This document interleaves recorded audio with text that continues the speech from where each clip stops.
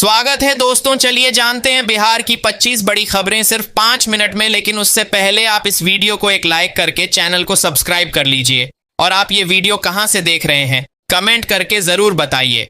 शिक्षकों की छुट्टी प्रणाली में राज्य सरकार ने अहम बदलाव किया है। अब आकस्मिक अवकाश के दौरान पड़ने वाले रविवार और सरकारी छुट्टियां छुट्टी गणना में शामिल नहीं होंगी। इस फैसले से शिक्षकों को वास्तविक अवकाश का पूरा लाभ मिलेगा। शिक्षा विभाग ने पोर्टल में तकनीकी सुधार करने की भी बात कही है। इस बदलाव से प्रक्रिया अधिक पारदर्शी और शिक्षक हित में मानी जा रही है। वित्तीय अनुशासन बनाए रखने के लिए राज्य सरकार ने 10 मार्च तक गैर जरूरी निकासी पर रोक लगा दी है। वेतन, पेंशन और मानदेय जैसी आवश्यक भुगतान इस दायरे से बाहर रहेंगे। विभागों को अनावश्यक खर्च से बचने के निर्देश दिए गए हैं। इस कदम का उद्देश्य बजट संतुलन और पारदर्शिता बनाए रखना है। सरकार ने इसे वित्तीय प्रबंधन की दिशा में आवश्यक कदम बताया है।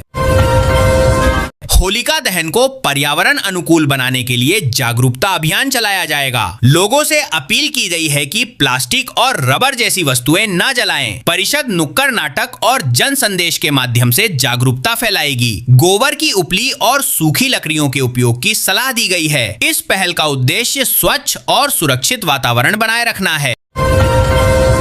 पटना के कुछ इलाकों में पक्षियों की असामान्य मृत्यु के बाद जांच रिपोर्ट सामने आई है। सावधानी के तौर पर प्रभावित क्षेत्र में निगरानी बढ़ा दी गई है। प्रशासन ने निर्धारित दायरे में आवश्यक स्वास्थ्य उपाय लागू किए हैं। सफाई और दवा छिड़काव का कार्य जारी है। लोगों से अफवाहों पर ध्यान न देने और आधिकारिक सूचना पर भरोसा करने की अपील की गई है। होली के अवसर पर बीएसआरटीसी ने विशेष बस सेवा शुरू की है। दिल्ली, हरियाणा, झारखंड और अन्य रूटों पर अतिरिक्त बसें चलाई जा रही हैं। यात्रियों को निर्धारित अवधि में किराए पर रियायत भी दी गई। अब तक हजारों यात्री इस सेवा का लाभ उठा चुके हैं। त्योहार को देखते हुए आगे भी बसों की संख्या बढ़ाई जा सकती है। बिहार सरकार ने सभी जिला अस्पतालों में चरणबद्ध तरीके से आईसीयू सुविधा विस्तार का निर्णय लिया है। वर्तमान में कई जिलों में यह सुविधा संचालित है और शेष में तैयारी जारी है। विशेषज्ञ डॉक्टरों और आधुनिक उपकरणों की उपलब्धता सुनिश्चित की जाएगी। एमआरआई और अन्य जांच सुविधाएं भी मजबूत की जाएंगी। इस कदम से स्वास्थ्य सेवाओं में सुधार की उम्मीद जताई गई है। प्रधानमंत्री आवास योजना ग्रामीण के तहत कार्यरत संविदा कर्मियों को लंबित मानदेय का भुगतान होली से पहले किया जाएगा। अगस्त 2025 से रुकी हुई राशि जारी करने की प्रक्रिया शुरू कर दी गई है। ग्रामीण विकास विभाग ने संबंधित अधिकारियों को निर्देश जारी किए हैं। इस निर्णय से विभिन्न पदों पर कार्यरत कर्मियों को राहत मिलेगी। विभाग का कहना है कि आगे भुगतान समय पर सुनिश्चित किया जाएगा। साल 2026 का पहला चंद्र ग्रहण 3 मार्च को दिखाई देगा। भारत के अधिकांश हिस्सों में यह खगोलीय घटना देखी जा सकेगी। निर्धारित समय के अनुसार दोपहर से शाम तक इसका प्रभाव रहेगा। कुछ क्षेत्रों में आंशिक चरण अधिक स्पष्ट रहेगा। खगोल प्रेमियों में इस घटना को लेकर उत्साह देखा जा रहा है। प्रसिद्ध निर्देशक प्रकाश झा के जन्मदिन पर उनकी नई वेब सीरीज संकल्प का टीजर जारी किया गया है। इस सीरीज के जरिए नाना पाटेकर डिजिटल मंच पर अपनी नई पारी की शुरुआत कर रहे हैं। कहानी आधुनिक राजनीतिक और सामाजिक परिवेश पर आधारित बताई जा रही है। सीरीज में कई चर्चित कलाकार अहम भूमिकाओं में नजर आएंगे। निर्माताओं के अनुसार यह शो जल्द ही ओटीटी प्लेटफॉर्म पर उपलब्ध होगा। बिहार में फाइलेरिया मुक्ति अभियान का आज अंतिम दिन है। स्वास्थ्य विभाग ने लोगों से दवा सेवन सुनिश्चित करने की अपील की है। अभियान का उद्देश्य संक्रमण से बचाव और जन स्वास्थ्य में सुधार लाना है। साफ सफाई और नियमित देखभाल को लेकर भी जागरूक किया जा रहा है। अधिक जानकारी के लिए नजदीकी स्वास्थ्य केंद्र से संपर्क करने की सलाह दी गई है। पटना हाई कोर्ट पहली बार 46 न्यायाधीशों के साथ कार्य करेगा। सुप्रीम कोर्ट कॉलेजियम ने हाल ही में 9 नए न्यायाधीशों की नियुक्ति को मंजूरी दी है। इससे न्यायालय की कार्य क्षमता में उल्लेखनीय वृद्धि होगी। बार एसोसिएशन ने इसे सकारात्मक कदम बताया है। उम्मीद है कि लंबित मामलों के निपटारे में तेजी आएगी।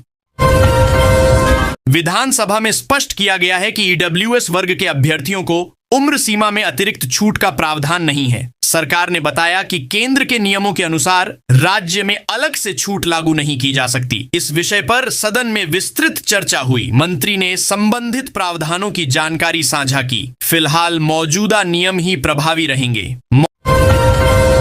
मौसम विभाग के अनुसार अगले कुछ दिनों तक प्रदेश का मौसम सामान्य और शुष्क रहने की संभावना है। अधिकतम तापमान में हल्की बढ़ोतरी देखी जा सकती है। आने वाले 48 घंटों में तापमान 1 से 3 डिग्री तक बढ़ सकता है। वर्षा की फिलहाल कोई संभावना नहीं जताई गई है। दिन में हल्की धूप और सामान्य मौसम की स्थिति बनी रहेगी। अनुसूचित जाति और जनजाति के छात्रों के लिए संचालित आवासीय विद्यालयों में 24 घंटे स्वास्थ्य कर्मियों की तैनाती की जाएगी। आपात स्थिति के लिए विशेष वाहन की व्यवस्था भी की जा रही है। सरकार ने नए आवासीय विद्यालय खोलने की घोषणा की है। छात्रवृत्ति योजना के तहत लाखों विद्यार्थियों को लाभ मिल रहा है। इस कदम से छात्रों की सुरक्षा और स्वास्थ्य व्यवस्था मजबूत होगी। भागलपुर के गोराडी क्षेत्र में आधुनिक खेल गांव के निर्माण का रास्ता साफ हो गया है। राज्य मंत्रिमंडल ने खेल विभाग को भूमि हस्तांतरण की स्वीकृति दी है। यहां अंतरराष्ट्रीय मानकों के अनुसार खेल मैदान और प्रशिक्षण सुविधाएं विकसित की जाएंगी। खिलाड़ियों को फिटनेस और फिजियोथेरेपी जैसी सुविधाएं भी मिलेंगी। इस परियोजना से क्षेत्र के खिलाड़ियों को बड़ा मंच मिलने की उम्मीद है। आज की तारीख भारत के इतिहास में कई महत्वपूर्ण घटनाओं के लिए जानी जाती है। विभिन्न वर्षों में इस दिन कई प्रमुख व्यक्तित्वों का जन्म और निधन दर्ज है। इतिहास, साहित्य और संगीत जगत से जुड़ी हस्तियों को इस दिन याद किया जाता है। राष्ट्रीय विज्ञान दिवस और राष्ट्रीय नशा मुक्ति दिवस भी आज ही मनाया जाता है। यह दिन देश में जागरूकता और प्रेरणा का संदेश देता है। गूगल ने अपना नया AI image generation model Nano Banana 2 पेश किया है। इसे जेमिनी 3.1 फ्लैश इमेज के नाम से भी जाना जा रहा है। यह मॉडल तेज इमेज जनरेशन और एडिटिंग के लिए डिजाइन किया गया है। रियल टाइम डेटा के आधार पर स्पष्ट टेक्स्ट वाली तस्वीरें तैयार करने में सक्षम बताया गया है। सोशल मीडिया और क्रिएटिव प्रोजेक्ट्स के लिए यह उपयोगी माना जा रहा है।